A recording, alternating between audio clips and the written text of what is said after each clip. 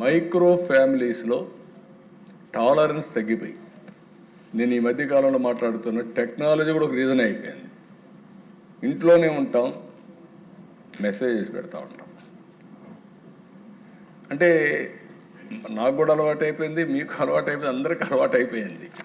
అలవాటు అయిపోయి మెకానికల్ అయిపోయాం. లైఫ్ అంతా మెకానికల్ అయిపోయి డిబేట్ లేకుండా, డిస్కషన్ లేకుండా. మొన్న చూస్తే నాకు బాధ వేసింది. ఇక్కడ విజయవాడ భార్య టీవీ పెట్టుకుంది.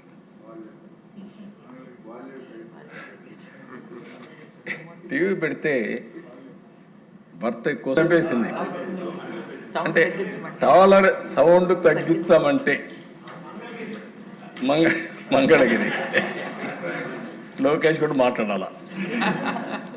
అంటే మీరు అర్థం చేసుకోవాల్సిన దిశ టాలరెన్స్.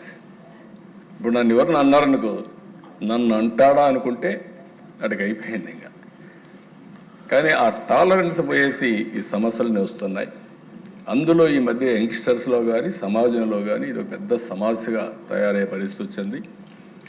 స్టబన్గా ఉండాలి, ఫర్మ్గా ఉండాలి, కానీ అట్ ది సేమ్ టైం ఏది రైట్ ఏది రాంగ్ డిస్కషన్, డిబేటు ఇవన్నీ జరగాల్సిన అవసరం ఉంది.